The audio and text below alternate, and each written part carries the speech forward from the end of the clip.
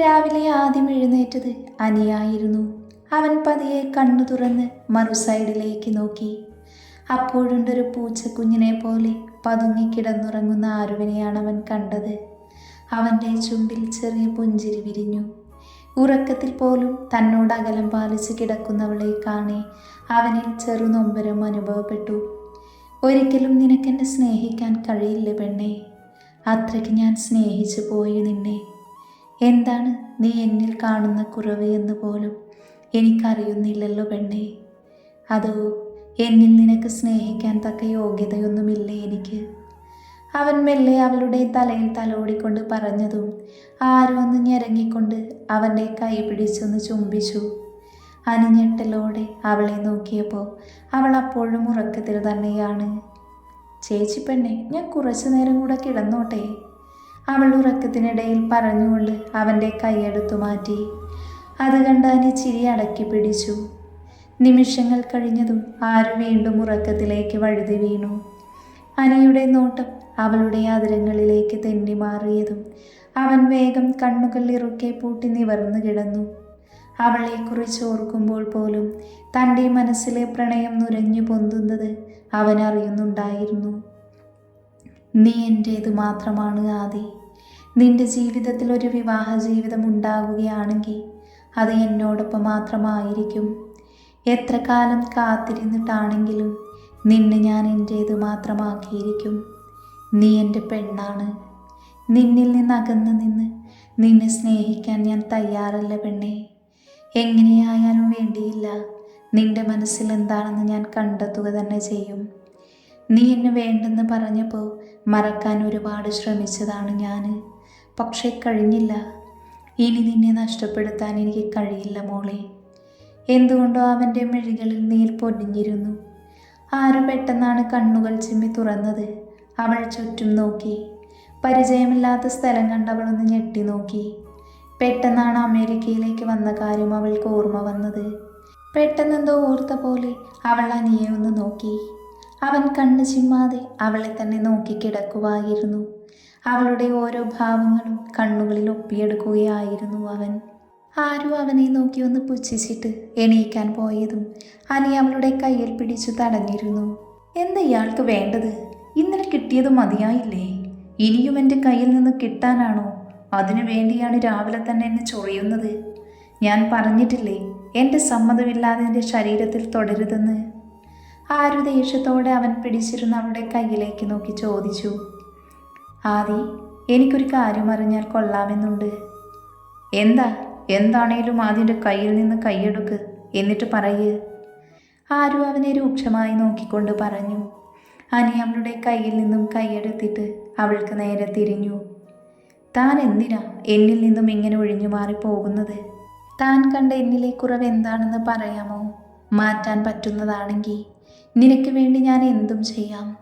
അതോ ഇനി ഞാൻ അറിയാത്ത വല്ല പ്രണയവും ഉണ്ടോ നിനക്ക്? അവൻ്റെ സ്വരത്തിൽ വേദന നിറഞ്ഞിരുന്നു. ആരുവിന് അവൻ്റെ വേദന മനസ്സിലായെങ്കിലും അവളത് കാണാത്തതുപോലെ തിരിഞ്ഞു നിന്നുകൊണ്ട് അവനോട് പറഞ്ഞു. എനിക്ക് ഇയാളോട് താല്പര്യമില്ല. ഇയാൾ എനിക്കിഷ്ടമില്ല, അത്ര തന്നെ. എല്ലാവരോടും ഒരാൾക്ക് പ്രണയം തോന്നണമെന്നൊന്നുമില്ലല്ലോ. എനിക്ക് അങ്ങനെ ഒരു ഇഷ്ടം ആരോടും തോന്നുന്നു അവരെ ഞാൻ പ്രണയിക്കും. എന്തായാലും അത് തന്നോടില്ല എന്ന് മാത്രം മനസ്സിലാക്കിയാൽ മതി. അതുകൊണ്ട് തൻ്റെ വിഷമങ്ങൾ കുറഞ്ഞു കിട്ടും. പിന്നെ എനിക്കിതുവരെ ആരോടും പ്രണയം തോന്നിയിട്ടുമില്ല. ഇതിൽ കൂടുതൽ എനിക്ക് തന്നെ പറഞ്ഞു മനസ്സിലാക്കാൻ അറിയില്ല.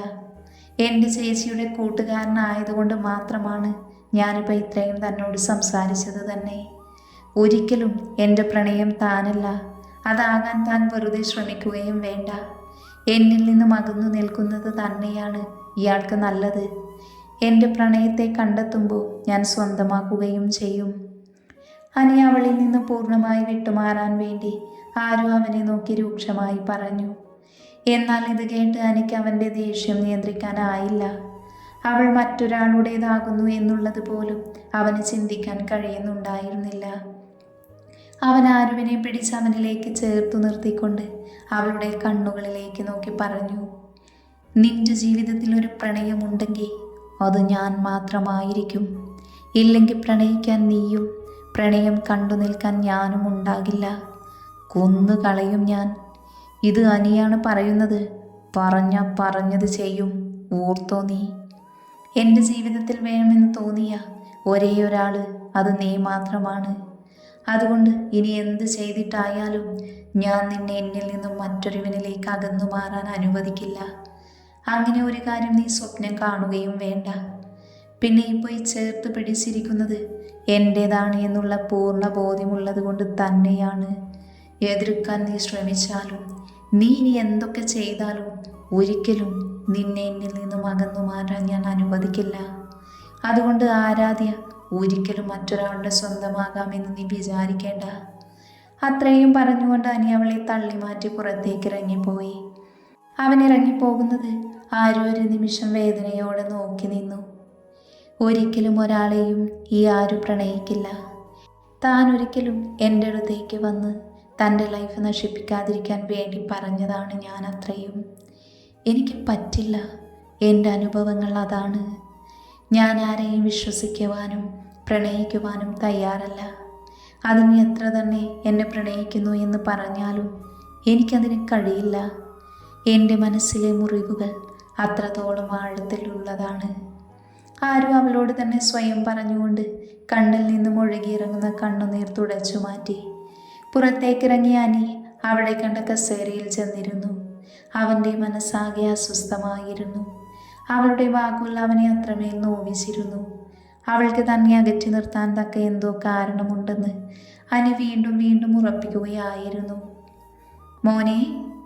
അപ്പോഴാണ് സീതമ്മയുടെ വിളി അവനെ ചിന്തകളിൽ നിന്നും തിരിച്ചു കൊണ്ടുവന്നത്. എന്താമ്മേ, എന്തു പറ്റി? ഡോക്ടർ അങ്ങോട്ടേക്ക് ചെല്ലാൻ പറഞ്ഞു. എന്തോ പറയാനുണ്ടെന്ന്. സാമോന് മരുന്ന് വാങ്ങാൻ പോയതാ. മോനൊന്ന് വരുമോ?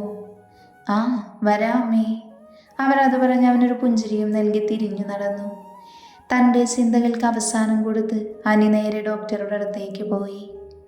എന്താ ഡോക്ടർ, കാണണമെന്ന് പറഞ്ഞത്? അനി ഡോക്ടറുടെ ക്യാബിനുള്ളിലേക്ക് കയറിക്കൊണ്ട് ചോദിച്ചു. ഓ, താനാണല്ലേ ശരൺ ഡോക്ടർ പറഞ്ഞ്.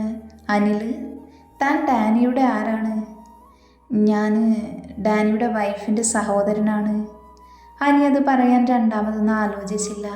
അവൻ്റെ മനസ്സിൽ ആ സമയം ആരുവിൻ്റെ മാത്രം സഹോദരനല്ല എന്ന് 100 ആവർത്തി പറയുന്നുണ്ടായിരുന്നു. ഞാനിപ്പോൾ വിളിപ്പിച്ചതേ മേരി അമ്മച്ചിയുടെ കാര്യം പറയാനാണ്. അമ്മച്ചിക്ക് പെട്ടെന്ന് തന്നെ ഭേദമാകും. ഒരു 15 ദിവസത്തെ ട്രീറ്റ്മെൻറ്റ് മാത്രമേ ഉള്ളൂ. അപ്പോഴേക്കും അമ്മച്ചി പൂർണ്ണമായും എഴുന്നേറ്റ് നടക്കും. അതിൽ വളരെ സീരിയസ് ആയൊരു കാര്യം എന്തെന്ന് വെച്ചാൽ ശരീരത്തിലേക്ക് കയറിയ ചില മരുന്നുകൾ കാരണമാണ് എണീക്കാൻ കഴിയാതെ പോയത്.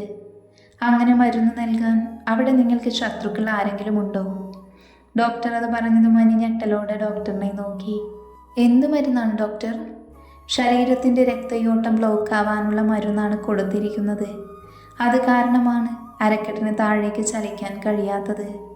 ആയുസിൻ്റെ ബലം കൊണ്ടാണ് ആള് മരിക്കാഞ്ഞത്. അല്ലെങ്കിൽ എന്നേ മരിച്ചു പോയേനെ. ഈ കൊടുത്ത ആള് കൊല്ലാൻ തന്നെ കൊടുത്തതാണെന്ന് മനസ്സിലായി. കുറച്ച് വർഷമായെന്ന് തോന്നുന്നു ഈ മരുന്ന് തുടർച്ചയായി ശരീരത്തിലേക്ക് എത്താൻ തുടങ്ങിയിട്ട്. അതുകൊണ്ടാണ് ഞാൻ 15 ദിവസം വേണമെന്ന് പറഞ്ഞത്. എന്തായാലും അപ്പോഴേക്കും അമ്മച്ചി എഴുന്നേറ്റ് നടക്കും. പ്രാർത്ഥിക്കുക, പെട്ടെന്ന് ശരിയാവട്ടെ. എന്നാലും വേഗം ചികിത്സിച്ച് ഭേദമാക്കാൻ കഴിവതും ശ്രമിക്കാം ഞാൻ. ഡോക്ടർ ഒരു പുഞ്ചിരിയോട് അവനെ നോക്കി പറഞ്ഞു. ഡോക്ടറെ, എനിക്കൊരു പ്രധാനപ്പെട്ട കാര്യം പറയാനുണ്ട്. അനി ഗൗരവത്തോടെ ഡോക്ടറെ നോക്കി പറഞ്ഞു. എന്താ അനി, താൻ പറഞ്ഞോളൂ. ഞാനോ ഡാനിയോ സാമോ അല്ലാതെ മറ്റാരും ഡോക്ടർ ഇപ്പോൾ പറഞ്ഞ കാര്യം അറിയരുത്. അമ്മച്ചിയെ മരുന്ന് കൊടുത്ത് തളർത്തിയ കാര്യം. ഡാനിയോടും സാമിനോടും എനിക്കിത് പറയാതിരിക്കാൻ കഴിയില്ല. അവർ രണ്ടുപേരും എല്ലാം അറിഞ്ഞിരിക്കണം. അതുകൊണ്ട് ഞാനും ഡാനിയും സാമും അല്ലാതെ 4ാമതൊരാൾ ഇതേപ്പറ്റി അറിയാൻ പാടില്ല.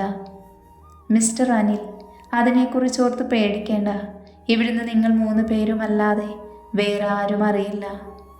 ഓക്കെ, ശരി ഡോക്ടർ, താങ്ക് യു. അത് പറഞ്ഞ് അനി പുറത്തേക്ക് പോയി. അനിയുടെ മനസ്സിൽ ഒരുപാട് സംശയങ്ങൾ ഉണ്ടായിരുന്നു ആ നിമിഷം. അവൻ ഫോണെടുത്ത് ഡാനിയെ വിളിക്കാൻ നിന്നപ്പോഴാണ് സാം അവൻ്റെ അരികിലേക്ക് വന്നത്. ഡാനി, എന്താ ഡോക്ടർ പറഞ്ഞത്? അവനെ കണ്ടതും അനി എല്ലാ കാര്യവും അവനോട് പറഞ്ഞു. അമ്മച്ചിയെക്കുറിച്ച് ഡോക്ടർ പറഞ്ഞ കാര്യം. എൻ്റെ കർത്താവേ, കാത്തു. സാം സന്തോഷത്തോടെ നെഞ്ചിൽ കൈവച്ച് പറഞ്ഞു. ഡാ സാം, ഒരു കാര്യം കൂടെ പറയാനുണ്ട്. അനിയുടെ മുഖത്തെ ഗൗരവം കണ്ട് എന്തോ സീരിയസ് കാര്യമാണെന്ന് സാമിന് മനസ്സിലായി. എന്താടാ അനി, എന്താ പ്രശ്നം? അത് സാം, അമ്മച്ചിയെ ആരോ മരുന്ന് കൊടുത്ത് തളർത്തിയതാണെന്നാണ് ഡോക്ടർ പറഞ്ഞത്. വാട്ട്? സാം ഞെട്ടിക്കൊണ്ട് ചോദിച്ചു.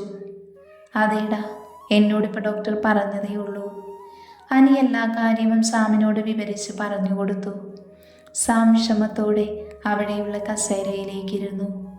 അവൻ്റെ മനസ്സിൽ ആ സമയമുണ്ടായിരുന്നത്, ഈ വാർത്ത കേട്ടാൽ ഡാനി എങ്ങനെ സഹിക്കും, അവൻ എങ്ങനെ പ്രതികരിക്കുമെന്നുള്ളതായിരുന്നു. കാരണം അമ്മച്ചി അവൻ്റെ പ്രാണനാണ്. അമ്മച്ചിയാണ് അവൻ ഈ നിലയിലേക്ക് എത്തിച്ചത്. ആരുമില്ലാത്ത സമയത്ത് അമ്മച്ചിയാണ് അവന് താങ്ങ് നൽകിയത്. ആ അമ്മച്ചിയെ കൊല്ലാൻ വേണ്ടിയാണ് ഒരാളിങ്ങനെ മരുന്ന് കൊടുത്തു എന്നറിഞ്ഞാൽ അവനെങ്ങനെ സഹിക്കും? അതുമാത്രമായിരുന്നു സാമിൻ്റെ മനസ്സിൽ ആ നിമിഷം ഉണ്ടായിരുന്നത്. എന്നാലും സാം, ആരായിരിക്കും ഇത് ചെയ്തിട്ടുണ്ടാവുക? അതിനു മാത്രം ആരാണ് അവിടെ അമ്മച്ചിക്കുള്ള ശത്രുക്കൾ? അനി സംശയത്തോടെ ചോദിച്ചു. അനിക്കൊന്നും അറിയില്ലായിരുന്നു. ഞാൻ പറയാം, നീ ഇരിക്ക്. സാം അവനോട് അവിടെയുള്ള ചെയറിലേക്ക് ഇരിക്കാൻ പറഞ്ഞു. ഇതേ സമയം കുരിശിങ്ങലിൽ, ഏട്ടായി, എനിക്കെന്തോ പേടി തോന്നുന്നു. നമ്മൾ ആ തള്ളയ്ക്ക് മരുന്ന് മാറിക്കൊടുക്കുന്നത് അവിടെയുള്ള ഡോക്ടർമാർ കണ്ടുപിടിക്കുമോ എന്നാണ് എൻ്റെ പേടി. നമ്മൾ പിടിക്കപ്പെടുമോ? സാറ ആദിയോടെ തോമസിനോട് ഫോണിലൂടെ ചോദിക്കുവാണ്. നീ പേടിക്കേണ്ട സാറ, ചികഞ്ഞു കണ്ടുപിടിച്ചാൽ മാത്രമേ അത് കണ്ടെത്താൻ സാധിക്കുകയുള്ളൂ. അല്ലാതെ ആർക്കും ആ മരുന്ന് കൊടുക്കുന്നത് കണ്ടെത്താനാവില്ല. എന്നാലും എനിക്കെന്തോ നല്ല പേടി തോന്നുന്നുണ്ട് ഏട്ടായി. ഡാനിയുടെ ജീവൻ്റെ ജീവനാണവർ. അവനെന്നറിഞ്ഞാൽ നമ്മളെ എതിർക്കും. ജീവനോട് വിടില്ലവൻ. അവൻ നമ്മളെ എതിർത്ത ആ തള്ളയെ തീർത്തു കളയണം. മറ്റൊന്നും അതിനു മുമ്പ് ആലോചിക്കേണ്ട ആവശ്യമില്ല, തോമസ് കുടിലതയോട് പറഞ്ഞു. അങ്ങനെ പെട്ടെന്നൊന്നും ചെയ്യാൻ പറ്റില്ല ഏട്ടായി. അവർ പെട്ടെന്നൊന്നും തളരാത്ത സ്ത്രീയാണ്. പോരാത്തതിന് ഡാനി അറിഞ്ഞാൽ പിന്നെ ഒരു നിമിഷം നമ്മൾ ജീവനോടെ ഉണ്ടാകുമോ എന്ന് വരെ സംശയമാണ്. അവനെ അടക്കി നിർത്തുന്നത് അത്ര എളുപ്പമാകില്ല. ആ തള്ളയുടെ അതേ സ്വഭാവമാണ് ഡാനിക്ക്. നീ പേടിക്കാതെ സാറ, നമുക്ക് വഴിയുണ്ടാക്കാം, തോമസ് കുടിലമായ ചിരിയോടെ പറഞ്ഞുകൊണ്ട് ഫോൺ വെച്ചു. എന്നാൽ സാറയുടെ മനസ്സിൽ തീകട്ട കോരിയൊഴിച്ച പോലെ ആയിരുന്നു. നീറിപ്പുകഞ്ഞുകൊണ്ടിരുന്നു.